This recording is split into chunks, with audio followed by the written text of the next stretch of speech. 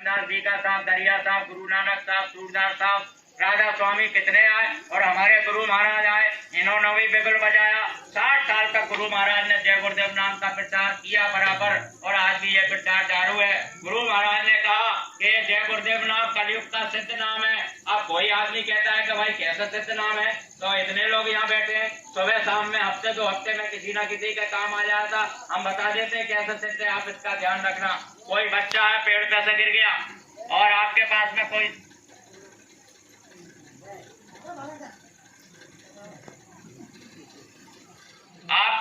कोई साधन नहीं है। अब बच्चा पेड़ पे से गिर गया, किसी को बिजली का करंट लग गया, अचानक एक्सीडेंट दुर्घटना हो गया, आप डॉक्टर के पास ले गए कोई आसपास के शहर में, उसने कहा भाई इसको तो एरोप्लेन से दिल्ली कलकत्ता मद्रास ले जाओगे बड़ी अस्पताल में तो ये बच जाएगा। अब आपके पास इतना पैसा नहीं है, इतने जल्दी कोई साधन नहीं है, बच्चे को कैसे ले जाएगा भाई दिल्ली बम्बई कलकत्ता मद्रास की हॉस्पिटल में। और डॉक्टर कह रहा है कि भाई इसका 4 घंटे का समय बचा, 2 घंटे का समय बच गया, और देखते देखते डॉक्टर ने जवाब भी दे दिया कि भैया ये बच्चे का काम खत्म हो गया। तो आप एक बात का ध्यान रखना, ये घटना शहरों में, गांव में, कस्बों में, घर परिवार में किसी न किसी के साथ घटती रहती है। तो आप देखना कि उसका शरीर गर्म हो। गुरु महाराज के यहाँ मंदिर पर जो प्रसादी बटती है वो घरों में नहीं होगी लोगों के पास, और जिसके पास होगी उसके पास होगी। तो आप क्या करना कि शक्कर के दाने ले लेना। आप शक्कर के दाने, प्रसाद तो आपके घरों में नहीं होगा तो आप शक्कर के दाने ले लेना। अगर ये घटना घट जाती है और सब जब जवाब दे दें, कोई देवी काम ना है, कोई देवता काम ना है, कोई डॉक्टर काम ना है, कोई हकीम काम ना हो, तो हमारी बात को ध्यान रखना कि कोई आदमी यहाँ बोल करके गया था आप शक्कर के दाने लेना, शर्माना मत। जिसने की शर्म उसके फूटे करम। और जो बच्चा जमीन पे पड़ा है बेहोश, जिसको डॉक्टर कह रहा है कि ये मर चुका है, आप देखना कि केवल उसका शरीर गर्म होना चाहिए। मुंह फाड़ करके शक्कर के दाने उसके मुंह में डाल देना और कान में जोर से चिल्ला के बोलना, जय गुरुदेव नाम के प्रभु का आंखें खोलो, जय गुरुदेव नाम प्रभु का आंखें खोलो, जय गुरुदेव नाम प्रभु का आंखें खोलो। जोर जोर से बोलना। आपको 10 बार कान में बोलोगे, 5-7 मिनट के बाद उसके शरीर में हलचल हो जाएगी। एक्सीडेंट दुर्घटना में मारा है, घुटना टूट गया, पेट टूट गया, कमर टूट गया, जब आत्मा शरीर में होगी तब तो डॉक्टर इलाज करेगा। जब शरीर से आत्मा ही छोड़ करके निकल गई तो उसका कोई इलाज नहीं, वो तो मर गया। तो आत्मा लौट करके शरीर में आ जाएगी, उठ करके खड़ा होगा, फिर डॉक्टर से मलहम पट्टी करा करके कुछ समय के बाद वो ठीक हो जाएगा। आप जंगल पहाड़ों में फंस गए, अकेले में फंस गए हो, चोर डकैतों में फंस गए, कोई उल्टे सीधे चीज में फंस गए, जंगल में अकेले में, और आपके पास कोई 4-10 लट्टे पड़ गए और आपकी मदद करने वाला उस समय कोई नहीं है। इस बात की भी आप परीक्षा कर लेना, देख लो कि मेरी कोई मदद करने वाला नहीं है और मेरी जान जा सकती है।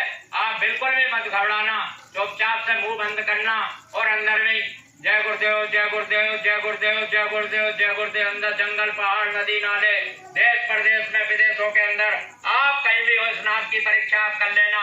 जब भी आप पे दुख मुसीबत की घड़ी आ जाती है और जब कोई भी देवी देवता आपकी मदद नहीं करता, लेकिन ऐसा मत करना कि घर में किसी को बुखार आ गया जरा सा और तुमने उसी शक्कर का प्रयोग कर लिया कि ये ठीक हो जाएगा। क्यों कि जब रात को आदमी को मच्छर काटते हैं तो घरों में सबके पास अभी ये भिंड मुराना तो बजा हुआ है, घर घर में 2-2, 4-4 नाल, 2-2, 4-4 बंदूकें टंगी है घर घर में। अरे रात को बिस्तर पे खटिया पे सोते हो, जब आपको मच्छर काटता है तो क्या 2 नाल बंदूक से मच्छर को गोली मारते हो क्या? अरे गोली तो आदमी जब चलाता है कि जब देख लेता है कि मेरी जान चली जाएगी तो गोली चलाई जाती है। इसी प्रकार जो जय गुरुदेव नाम की गोली में बता रहा हूँ, इस गोली को भी आप जब ही चलाना जब आपकी जान जाने की नौबत आ जाए या परिवार में कोई एक्सीडेंट दुर्घटना में चला जाए, अंत समय जब कोई काम ना आए तो मुंह में शक्कर के दाने डाल देना, कान में 10 बार जय गुरुदेव बोल देना, 5-10 मिनट के बाद में वो व्यक्ति आंख खोल देगा। और अकेले जंगल मैदान में कहीं फंस गए और कोई चोर डकैत मिल गया आपको, तो अंदर घबराने की जरूरत नहीं, अंदर जय गुरुदेव आप करना, आपकी कोई ना कोई मदद करने वाला आएगा। इसका आप प्रैक्टिकल कर लो, प्रैक्टिकल करके देखना। कभी आपके जीवन में 1-2 साल, महीने 2 महीने में कभी कोई घटना तो बराबर इस बात को आप गांठ में बांध करके रख लो। और अब लोग ये बोलेंगे कि भाई अब बाबा जय गुरुदेव जी ने तो 2012 में शरीर छोड़ दिया, तो अब हम क्या करें? ये नाम की बात कर रहे हैं कि कलयुग केवल नाम आधारा और सुमर सुमर न नित्रो पारा, तो ये नाम हमको कहाँ मिलेगा? तो देखो प्रेमी भाई बहनों, कोई आदमी जाए, देखो ये चलती चलती का मेरा, कल हम भी चले जाएंगे, हम भी भोपाल से चल करके जाए, कल हम चले जाएंगे। हो सकता है मालिक की मौजों कभी हम लौट करके दोबारा ना आए। अरे किसका पता इस मनुष्य शरीर के अंदर, ये तो प्रेम भाव का सौदा है। हरि भक्ति के लिए नर्तन मनुष्य शरीर मिला है। इसी के लिए संत महात्मा भी आते हैं, यही बात बताने के लिए कि जीवों का आत्म कल्याण हो जाए। तो ये आत्म कल्याण का रास्ता है, आत्म कल्याण का रास्ता है कि अपनी आत्मा का इसको कल्याण कर लो। अब कोई कहता है कि हम नाम लेने कहाँ जाए, तो देखो कोई आदमी ऐसा है कि पहले तो हमको विश्वास करना, तो आप नाम की जल्दी मत करो। गुरु महाराज कहते थे कोई देने वाला होगा और जो यहाँ रहेगा वो उस नाम दान के लिए देगा, परमात्मा प्राप्ति के रास्ते को देगा। अगर किसी आदमी को जल्दी है कि भाई हमको भी तो कुछ प्रैक्टिकल करना है या कुछ देखना है, तो देखो आपको शाकाहारी रहना पड़ेगा। आप इस काम को करोगे तो अंडा, मांस, मछली, शराब को आप भूल करके सेवन मत करना। बस दो चीज इसलिए बिल्कुल बंद करना है। और किसी को और लगन, मेहनत, ईमानदारी के साथ खेती, दुकान, दफ्तर का काम करो, बाल बच्चों की सेवा करो, लगन, मेहनत, ईमानदारी के साथ माँ बाप की सेवा करो। और जहाँ शाम को आप आते हो तो क्या करना है, कोई नया आदमी इसमें बैठा हो तो उसको क्या करना है कि आप सुबह नींद आपकी जैसी खुलती है तो आप बिस्तर में ऐसे बैठ जाना, आंखें बंद कर लेना। कुल्ली फुल्ली करने की भी जरूरत नहीं है आपको। चाहो तो कुल्ला करके बैठ जाना और नहीं कुल्ला करके बैठना है तो जैसे ही बिस्तर में नींद खुलती है। लेकिन अंडा, मांस ये मत खाना आप बिल्कुल। इसको खाओगे तो बहुत गड़बड़ हो जाएगा। इसको आप बिल्कुल छोड़ देना। अंदर में गुरु महाराज से प्रार्थना करना पहले इस काम को करने लगी है कि हम आज से शाकाहारी रहेंगे बिल्कुल। और सुबह जब आपकी बिस्तर में नींद खुलती है तो ऐसे आंख बंद करके बैठ जाना। और बैठने के बाद में जुबान से बिल्कुल कुछ मत बोलना और अंदर ही अंदर बोलना, मन से अंदर भीतर, जय गुरुदेव, जय गुरुदेव, जय गुरुदेव 10 बार, 20 बार, 50 बार, 100 बार आप रोज सुबह बोला करो। और जब शाम को बिस्तर में आप सोने के लिए गए, खाना माना खा लिया, देख लिया बिस्तर में हम सोने जा रहे हैं, तो बस बिस्तर में बैठ गए, ऐसी आलती पालती लगा करके 2, 4, 10 बार आप जय गुरुदेव बोलो। तो ये है। उसके बीच में साल 2 साल के बाद कोई गुरु महाराज के आश्रम से या गुरु महाराज के चेले चपाटों में से कोई ऐसा आदमी रास्ता नाम दान बताने वाला निकलेगा, सच्चा और सादा नाम लगाने वाला। आप उस बात के लिए धीरज रखिए, कोई ना कोई आएगा मैदान में।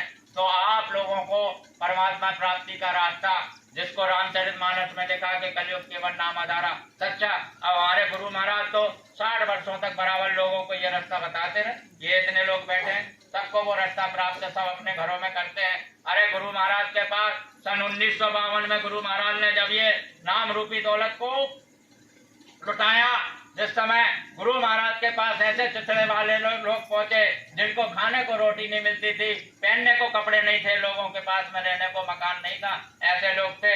अरे इसी सत्ता पे बैठने वाले धनी, ये सत्ता के लोग, ये सुप्रीम पावर पे बैठे हुए लोग, ये लोग देश के रहनुमा ये कहते थे बाबा जय गुरुदेव के पास ऐसे लोग हैं जिनको खाने को रोटी नहीं, रहने को मकान नहीं है और पहनने के लिए कपड़े नहीं है। आज देखिए गुरु महाराज के चेलों के पास पूरे भारतवर्ष के अंदर आप केरल जाइए, कर्नाटक जाइए, तमिलनाडु जाइए, हैदराबाद जाइए, राजस्थान जाइए, आप उत्तर प्रदेश में चले जाइए आप, और तमाम भारत के हर एक प्रांत के अंदर आप किसी भी जय गुरुदेव वालों से जाकर के सब सुखी है, सब आनंद में है। अब थोड़ी बहुत परेशानी तो गुरु महाराज कहते थे बच्चा कि 2 आना परेशानी तो तुमको लगी रहेगी। अगर आपकी पूरी परेशानी दूर हो जाए तो गुरु महाराज कहते थे रोटी खाओगे कुत्ते की तरह सोओगे, बिल्कुल भी भगवान का भजन नहीं करोगे तो थोड़ी बहुत परेशानी तो लगी ही रहती। तो परेशानी में मालिक याद आता है, गरीबी परेशानी में मालिक याद आता है, तो ये कोई परेशानी नहीं है। हम लोगों को मालिक, हम मध्य प्रदेश में सबसे पहले हमारा जन्म भारत में हुआ और भारत के बाद मध्य प्रदेश में हुआ। हम लोग इतने सुखी हैं, हम लोग किस्मत वाले हैं, भाग्यवान हैं कि हमको ऐसे मालिक के देश में, ये सनातन धर्म का देश है भारत, जिस भारत में हमारा जन्म हुआ है। ये ऋषि मुनियों का गढ़ है, साधु संतों का गढ़ है, जिसमें हमारा जन्म हुआ और उसी में मध्य प्रदेश को जन्म हुआ। और उसमें रह करके देखिए कितने बड़े बड़े संत महात्माओं को हमको घर बैठे संदेश भी मिलता है, घर बैठे ही रास्ते भी मिल रहा है। आप थोड़ी सी करनी हमको करना है, तो इस काम को करो तो गुरु महाराज आपको कोई ना कोई सच्चा संग, सोने से पहले और सुबह उठते हो उस समय जब जय गुरुदेव नाम का जाप करोगे तो आपको कोई ना कोई संकेत मिल जाएगा और आपको उस चीज के ऊपर विश्वास हो जाएगा। क्योंकि आगे आने का समय, वर्तमान जो समय अभी जो चल रहा और आगे आने का समय है जो बहुत खतरनाक समय आ रहा है। इसी नाम से रक्षा होगी, इसी नाम से रक्षा। हम लोग सब बुद्धिमान है, सब कुछ जानते हैं। राजा दशरथ के यहाँ त्रेता में चौथे पन में जो है राम लक्ष्मण भरत शत्रुघ्न का जन्म हुआ था। राजा दशरथ का बुढ़ापा आ गया। उस समय त्रेता के अंदर इसी मनुष्य शरीर की आयु 10,000 वर्ष थी।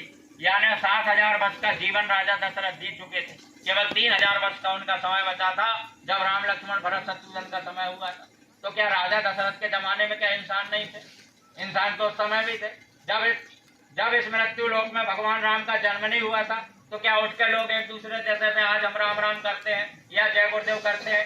तो क्या राम के जन्म से पहले का कोई नाम नहीं था क्या?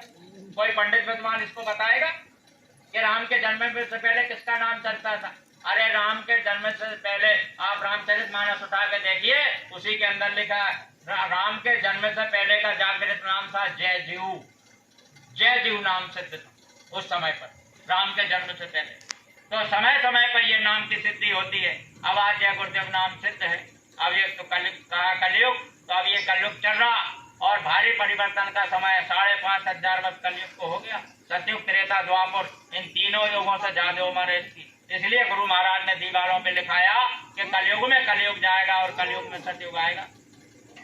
तो अभी कलयुग में ही कलयुग जाएगा, कलयुग चला जाएगा हजारों वर्षों के लिए। ये सूरदास जी की भविष्यवाणी है। 600 वर्ष पहले सूरदास जी आए, उन्होंने भी लिखा है कि संवत 2056 के ऊपर ऐसा योग पड़े, पूरा पश्चिम उत्तर दक्षिण 14 काल फिरे, उड़ विमान नंबर में जावे, ग्रह ग्रह से चले। यानी आप ये समझिए 700-600 वर्ष पहले हवाई जहाज नहीं था, लेकिन उन्होंने सूरदास जी ने लिख दिया। तो उड़ विमान अंबर में जावे, अंबर माने आकाश, विमान माने हवाई जहाज एरोप्लेन। उड़ विमान अंबर में जावे, ग्रह ग्रह से चढ़े, मारुति विष फेंके अंबर से फिर जावा उसमें।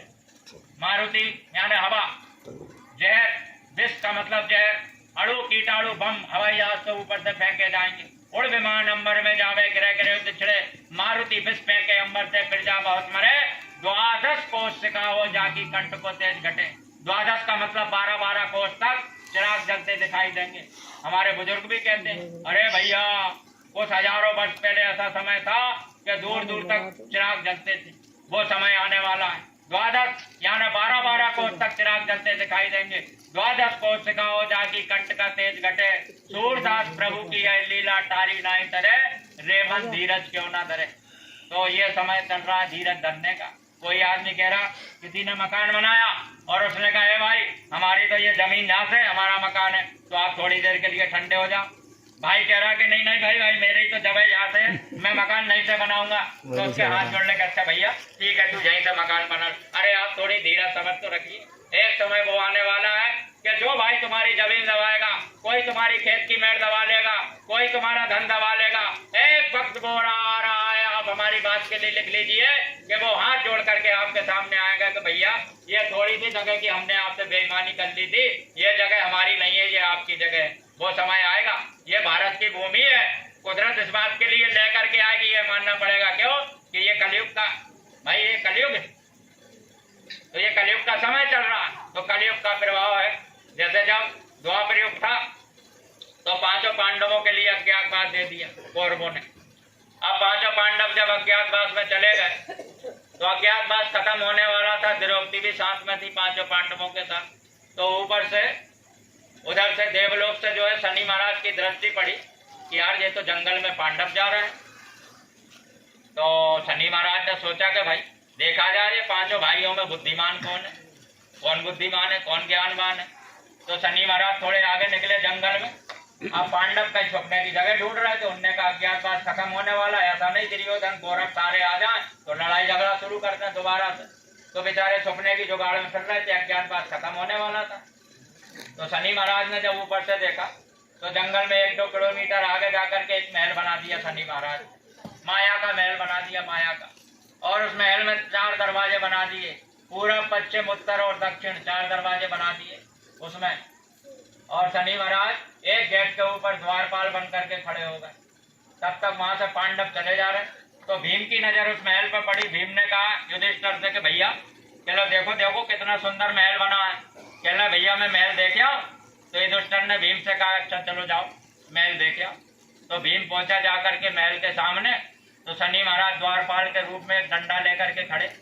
तो भीम ने शनि महाराज से कहा भाई हमको महल देखना है। तो शनि महाराज ने कहा भाई आप महल तो देख लो, लेकिन इस महल को देखने की कुछ शर्तें हैं। तो बोले क्या शर्त है? इस महल को देखने की क्या शर्त? तो कहना है इसके चार दरवाजे हैं, पूरब, पश्चिम और दक्षिण।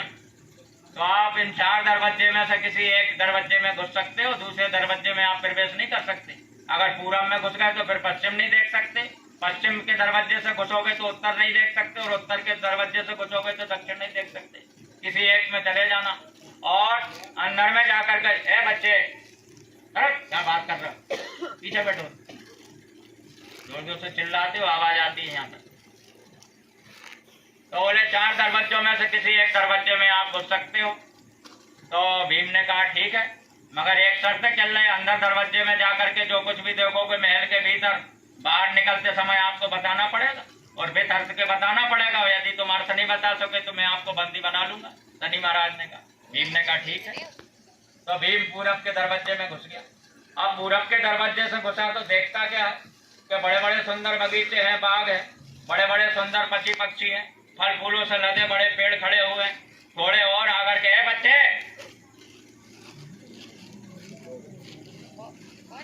जिसके बच्चे हैं उनको या तो ले जाओ उठा करके, या पीछे बैठो। फिर बच्चों से लाड़ लड़ा रहे हो या कि सत्संग सुन रहे हो?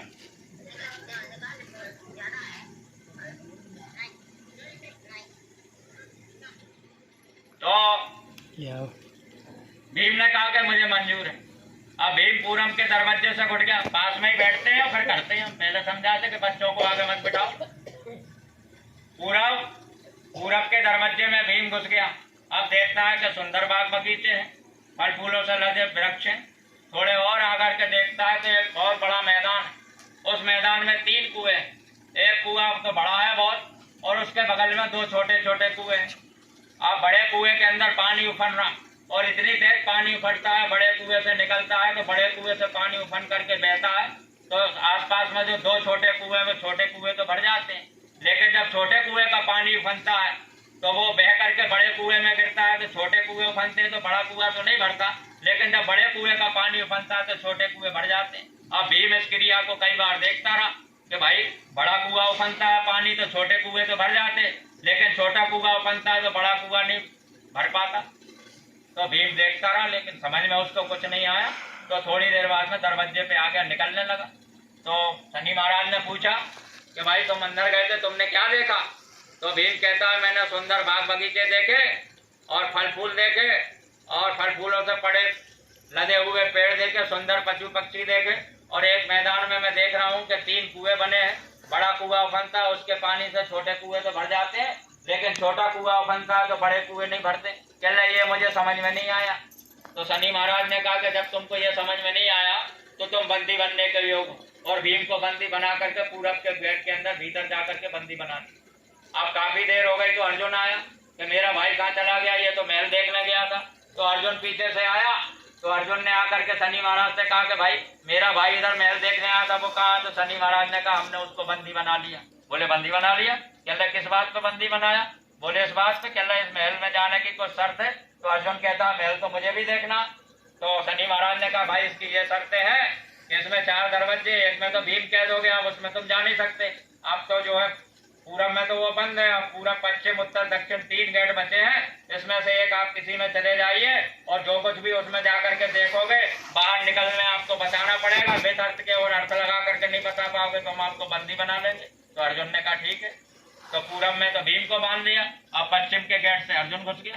अर्जुन घुसा तो वो भी सुंदर बाग बगीचे देखने लगा, बढ़िया नहरें देख रहा, झरने देख रहा, समुद्र बह रहा, वो देख रहा है। लेकिन आगे जाकर के देखता है कि एक खेत है, उस खेत के अंदर आधे खेत में तो बाजरा लगा है, बाजरे की फसल, और आधे खेत में लगी हुई मक्के की फसल। लेकिन देख रहा कि बाजरे के पेड़ में तो मक्के का भुट्टा लग रहा, और मक्के के पेड़ में बाजरा का भुट्टा लग रहा। उसने कहा ये क्या चमत्कार है, बाजरे के पेड़ में तो बाजरा उगता है और मक्के के पेड़ में मक्का उगती है, लेकिन यहाँ तो बाजरे के पेड़ में मक्का का भुट्टा लगा और मक्का के पेड़ में बाजरा का भुट्टा लगा। तो उसके भी कुछ समझ में नहीं आया अर्जुन के। तो वो भी लौट के आया। शनि महाराज ने कहा क्या देखा?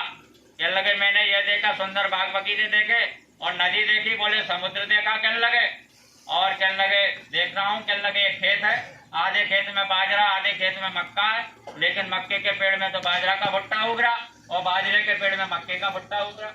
अर्जुन ने कहा कहने लगे मुझे ये समझ में नहीं आया। शनि महाराज ने कहा ये समझ में नहीं आया? कहने लगे तुम भी बंदी बनने के योग्य हो। तो अर्जुन को भी बंदी बना दिया। अब थोड़ी देर बाद में नकुल आया तीसरा भाई। तो उसने भी शनि महाराज से कहा मुझे महल देखना। कहने देखो भाई इसकी ये शर्तें हैं और तुम्हारे 2 भाई बंदी हो गए। तो नकुल भी उत्तर के गेट से नकुल भी घुस गया, उसको शर्तें बताई। तो नकुल भी गया जा करके, तो हरे भरे बाग बगीचे देख रहा, सुंदर पशु पक्षी देख रहा, सब देखे। और थोड़े और आगे गया तो एक मैदान है, उस मैदान में सफेद गाय बंधी है। बड़े ध्यान के साथ सुनिए आप लोग, सफेद गाय बंधी हुई है उस मैदान के अंदर। लेकिन जब गायों को भूख लगती है तो वो बछियों का दूध पी रही है गाय। जब के देखा यह जाता है कि गाय का दूध बछिया पीती है, लेकिन वो मैदान में देख रहा कि जब गाय को भूख लगती है तो वो बछियों का दूध पी रही। वो भी कई बार देखता रहा नकुल। जब उसके भी समझ में नहीं आया तो वो भी द्वार पे आ गया गेट पे। तो पूछा कि भाई तुमने क्या देखा? शनि महाराज ने कहा। तो कहने लगे मैंने प्रभु सबको देखा आगे कौन, लेकिन कहने लगे एक मैदान है और उस मैदान में सफेद गाय बंधी है, लेकिन गाय को जब भूख लगती है तो वो बछियों का दूध पीती है। कहने लगे प्रभु होता ये है कि बछी गाय का दूध जो है बछियां पीती है, मगर इधर तो उल्टा हो रहा कि बछियों का दूध गाय पी रही। कहने लगे ये मेरे समझ में नहीं आया। कहले ये बात समझ में नहीं आई तो कहले तुम भी बंदी बनने के योग हो। तो नकुल को भी बंदी बना दिया।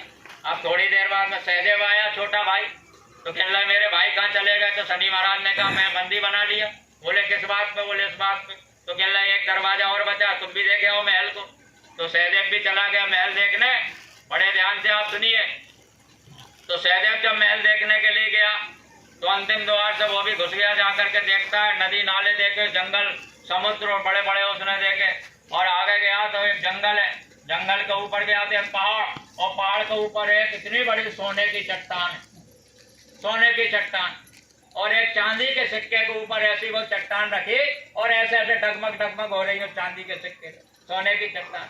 उसने देखा अजीब है, इतना सा छोटा चांदी का सिक्का है और सोने की चट्टान रखी, डगमग मगमग हो रही। उसने कहा गिरा के देखूं सोने की। तो सहदेव ने उसमें धक्का मारा सोने की चट्टान में, तो सोने की चट्टान यूं डगमग हो रही लेकिन गिरी नहीं। उसने कहा अजीब है, धक्का मारने के बाद भी नहीं गिर रही, ना इस तरफ गिर रही ना इस तरफ, वो चांदी के सिक्के पे डगमग डगमग हो रही। वो भी देखता रहा। जब उसके समझ में नहीं आया तो वो भी लौट के आया। शनि महाराज ने कहा तुमने क्या देखा? कहने लगे प्रभु मैंने ये देखा, और कहने लगे चांदी के सिक्के के ऊपर सोने की चट्टान रखी है और कहने लगे हिल डोल रही, डगमगा रही है, लेकिन वो नीचे नहीं गिरती। ये मेरे को समझ में नहीं आया। बोले तुमको समझ में नहीं आया? कहले हाँ। कहले समझ में नहीं आया। कहले तुम भी बंदी बनने के योग हो। तो अर्जुन, भीम, नकुल, सहदेव और अर्जुन को चारों को बंदी बना लिया। जब चारों भाई बंदी बन गए और एक भी नहीं दिखा, घंटा 2-4 घंटे का जब ये हो गया तमाशा, तो युधिष्ठिर वहां से आया तो वो आकर के शनि महाराज गेट पे खड़े। कहले भाई मेरे चारों भाई इधर आए थे किला देखने में हेल। कहले वो कहाँ है? कहले मैंने तो उनको बंदी बना लिया। शनि महाराज ने कहा मैं बंदी बना ली, द्वारपाल के रूप में खड़े। कहले इनको बंदी बना लिया। बोले किस बात पे से बंदी बना लिया? बोले इस बात पे से बंदी बना दिया कि इस महल की कुछ शर्तें हैं, और कहले जो अनुभव करोगे बाहर निकलोगे तो आपको बताना पड़ेगा, नहीं बताओगे तो हम बंदी बना लेंगे। ये चारों भाई में से एक भी अनुभव नहीं बता पाया, इसका मतलब नहीं बताया कहिए का। तो कहने लगे अच्छा। तो युधिष्ठिर कहता है कहने लगे मैं उसका मतलब बताऊंगा। तो कहने जाओ अपने भाइयों से पूछ लो, भाइयों से पूछो। युधिष्ठिर ने भीम से जाके पूछा कि भीम तुमने क्या देखा? तो भीम कहता है भैया, कहने लगे मैंने जंगल पेड़ नदी नाले देखे और सुंदर पशु पक्षी देखे, फल फूल लदे बोले बड़े बड़े वृक्ष देखे, पेड़ देखे, लेकिन देख रहा हूँ कि एक मैदान के अंदर 3 कुएं हैं। एक कुआं बड़ा है और 2 कुएं छोटे हैं उसी के पास में। लेकिन बड़े कुएं का जब पानी उफनता है तो छोटे कुएं तो भर जाते हैं, लेकिन छोटे कुएं का जब पानी उफनता है तो बड़े कुएं नहीं भरते। तो चले भैया इसका मतलब समझ में नहीं आया। तो युधिष्ठिर ने मालूम क्या कहा? कहे भीम ये कलयुग आने के संकेत हैं, कलयुग आने के संकेत हैं। बोले भैया कैसे? कहने लगे एक बाप तो 2 बेटों का कलयुग में पेट भर देगा, लेकिन 2 बेटे मिलकर के एक बाप का पेट नहीं भर पाएंगे कलयुग में। ये कलयुग का संकेत। जय गुरुदेव। भीम के लिए निकाल लिया बाहर, सजा से बाहर निकाल दिया भीम को। अब अर्जुन से पूछा कि अर्जुन तुमने क्या देखा? युधिष्ठिर ने पूछा। बोले भैया मैंने जंगल पेड़ नदी नाले देखे और देख क्या रहा हूँ। कहने लगे आगे चल के देख रहा हूँ कि एक खेत है, आधे खेत में तो बाजरा बोई है, आधे खेत में मक्का, लेकिन मक्का के पेड़ में बाजरे का भुट्टा लगा और बाजरे के पेड़ में मक्का का भुट्टा लगा। भैया ये मुझे समझ में नहीं आया। युधिष्ठिर ने कहा यह भी कलयुग के संकेत है। आ गई समझ में? कहने लगे ब्राह्मण की लड़की तो भगेगी बसोड़ के लड़के के साथ, और बसोड़ की लड़की भगेगी बनिया के लड़के के साथ। ये वर्ण संकरता है तो आज हो रहा कि नहीं? जाति पाति का भेदभाव शहरों में बिल्कुल खत्म हो गया। उस समय युधिष्ठिर ने कहा तो अर्जुन को भी आजाद करा लिया। अब नकुल से पूछा कि तुमने क्या देखा, तो नकुल कहता है चल लगे मैंने ऐसा देखा है कि सुंदर बाग बगीचे देखे और देख रहा हूँ कि एक मैदान के अंदर गाय बंधी है सफेद कलर की, लेकिन जब गाय को भूख लगती है तो बच्चियों का दूध पीती है। और होता ये है कि बछिया गाय का दूध पीती है संसार में, लेकिन इसमें उल्टा हो रहा कि बछिया का दूध गाय पी रही है। तो युधिष्ठिर ने कहा कि ये भी कलयुग आने के संकेत है। कलयुग में ऐसा ही होगा कि माताएं अपनी बेटियों के घर में दाना खाएंगी, बेटियों के घर में जाकर के पलेंगी। तो आज माताओं को बच्चे तो पालते नहीं लड़के, तो जब दुखी होती है माँ तो बेटी फोन लगा देती है ससुराल से, अरे मम्मी तू तो दही आजा मेरे पास ही रहना। तो कितनी माताएं आज अपनी बेटियों के घर में जाकर के खा रही हैं, उनके घर में जाकर के रह रही। ये कलयुग का संकेत है। और फिर नकुल के बाद सहदेव से पूछा, बोले तुमने क्या देखा? कहने लगे मैंने भैया ये देखा है कि सुंदर बाग बगीचे देखे, लेकिन अंदर गया तो एक बड़ी भारी चलने लगे जो है पठार है, और पठार के ऊपर एक सोने की चट्टान है और वो एक छोटे से चांदी के सिक्के पे रख करके और सोने की चट्टान ऐसे डगमगा रही है। बोले ये भी कलयुग में धर्म के संकेत है। बोले पाप के नीचे दब करके धर्म, ये कहने लगे सोने की चट्टान की तरह डगमगाएगा। तो आज धर्म डगमगा रहा है और पाप दौड़ लगा रहा है इस कलयुग के अंदर। तो अब इतना भारी परिवर्तन होने वाला है, चारों को आजाद कर दिया कलयुग में। तो कहा कि कलयुग केवल नाम आधारा और सुमर सुमर नर उतरे पारा। आने वाला जो समय ये कलयुग का प्रताप है। गोस्वामी जी और उन्होंने सूरदास जी ने कलयुग के बारे में लिखा कि संवत 2056 के ऊपर ऐसा योग पड़े, पूरब पश्चिम उत्तर दक्षिण 34 काल फिरे, उड़ विमान अंबर में जावे, गिरे गिरे उदिचड़े, मारुति विष में के अंबर से फिर जा बहुत मरे, 12 कोस सिखाओ जाकी कंठ को तेज घटे, सूरदास प्रभु की यह लीला टारी नाई सरे। सूरदास जी यही अपने आवड़ा के पास में गांव है सूरदास जी का। कौन सा गांव है? अरे यहीं के रहने वालों को पता नहीं। रुनकता में सूरदास जी थे, रुनकता आगरा के पास में। सूरदास जी आंखों के अंधे थे, आप सबने देखा होगा। तो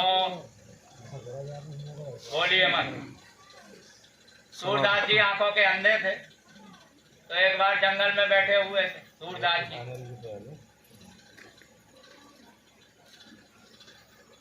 तो सूरदास जी ने भविष्यवाणी लिखी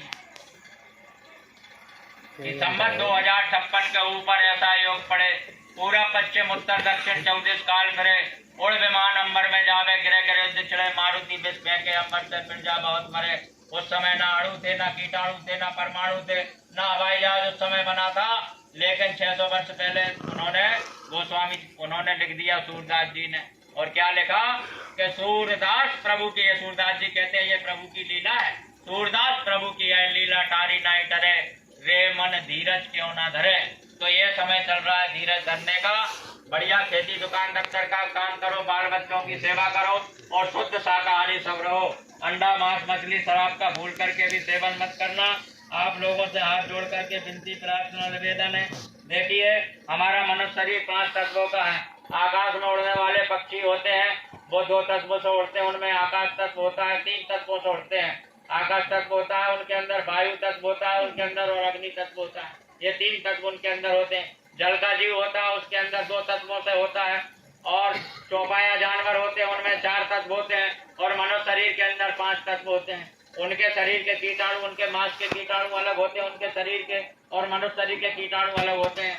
जब तो मुर्गी काटोगे, मछली काटोगे, अंडा काटोगे और हंडी में तड़का लगा करके उसको पेट में डाल लोगे, 2-2.5 साल का बच्चा है, 6 महीने का बच्चा घर परिवार में मरता है, मर जाता है तो लाल कपड़े पे लपेट करके उसको शमशान घाट में गड़ा देते। क्यों गड़ाते? क्योंकि उसमें से आत्मा निकल गई। आपने भी मुर्गी की गर्दन काटी, बकरे की गर्दन काटी, उसमें से आत्मा निकल गई, उसका शरीर हो गया मुर्दा, और उसके छोटे छोटे टुकड़े करके तुमने हंडी में तड़का लगा करके पेट में उतार दिया। मैं आप लोगों से पूछता हूँ कि फिर शमशान घाट कहाँ है? अरे शमशान घाट में मुर्दे डाले जाते हैं, तो पेट को शमशान घाट मत बनाइए, इसको कब्रिस्तान इस पेट के लिए मत बनाइएगा। ये परमात्मा का सुंदर मंदिर है, यही मस्जिद है, यही गिरजाघर है। इन दोनों आंखों के बीच में कहा कुदरती काबे की मौलाना रूम कहते हैं, ये कुदरती काबा है। आप मंदिर के अंदर जाते हो, ईट पत्थर के मंदिर के गेट पे जाते हो तो ऐसे कंगूरे बने रहते हैं उसमें दरवाजे के ऊपर। मस्जिद के द्वारे पे जाते हो उसके ऊपर भी कंगूरे बने रहते हैं। तो मौला रूम कहते हैं कि कुदरती काबे की तू मेहराब में सुन गौर से। तो कुदरती काबा ये मनुष्य शरीर है, ये मंदिर मस्जिद गिरजा और गुरुद्वारा है ये मनुष्य शरीर। तो कहते हैं कुदरती काबे की तू मेहराब में सुन गौर से। तो कुदरती काबा ये मनुष्य शरीर है, इसकी मेहराब ये है। देखिए ये बनी है, ये आपकी भौन है।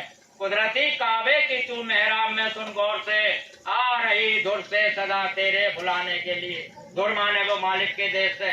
इसी दोनों आंखों के बीच में घंटा घड़ियाल बज रहा है, दोनों आंखों के बीच में।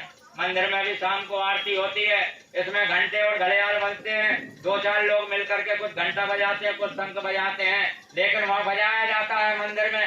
लेकिन आपके मनुष्य शरीर में दोनों आंखों के बीच में यहाँ क्या हो रहा? यहाँ कोई बजाने वाला नहीं है, अपने आप बज रहा। बिना बजाए निस्तर बाजे घंटा शंख नगाड़ी रे, बहरा सुन सुन मस्त हो रहा तन की सुधी बिसारी। साधु हजरत देखा भारी, बिना जमीन एक महल बना है। हम ईट पत्थर का मकान जहाँ बनाते हैं 5 मंजिला 7 मंजिला और 8वीं मंजिल पे खड़े होकर के छाती ठोकते हैं कि मैं 8 मंजिला बिल्डिंग का मालिक बन गया। अरे प्रेमी भाई बहनों, ऊपर ऐसा महल बना हुआ है कि एक झलक भी अगर आप उसकी पा गए तो आप बाग बाग हो जाओगे, धन्य हो जाओगे आप। अरे रात में चैन और न दिन में चैन आएगा आपको, बस उसी के लिए चिल्लाते फिरोगे। अभी भी लोग सोच रहे होंगे, देखो आज गांव में अच्छा पागल कोई चिल्ला रहा। तो ऐसा ही होता है, जब वो दौलत मिलती है तो इसी तरीके का काम होता है। तो उन्होंने कहा बिना जमीन एक महल बना है। हम ईट पत्थर का मकान लोहा लगा करके जहाँ मकान लगाते हैं, लेकिन ऊपर बिना जमीन का महल, बड़ा सुंदर महल है। बिना जमीन एक महल बना है, तामे ज्योत जारी है, उसी महल के अंदर में ज्योति जल रही। बिना जमीन एक महल बना है, तामे ज्योत जारी रे, और अंधा देख देख सुख पावे बात बतावे सारी। साधु हजरत देखा हमारी, अंधा कौन है?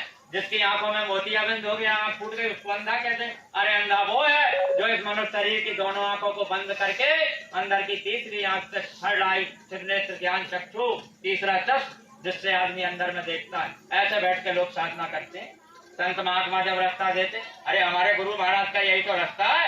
ये सब बैठे हुए अभी घरों में जाएंगे, चदरा ओढ़ेंगे और अपना चुपचाप, आप समझ नहीं सकते कि ये क्या करते हैं। तो चद्दर के अंदर ही बैठे बैठे बैठे बैठे पता लग रहा ये महल में निकल गए और महल से आगे भी निकल गए। और 1 घंटे का सफर करेंगे, आधा घंटे का सफर करेंगे और ऊपर देखेंगे, घूमेंगे फिरेंगे, लौट करके फिर शरीर में आ जाएंगे।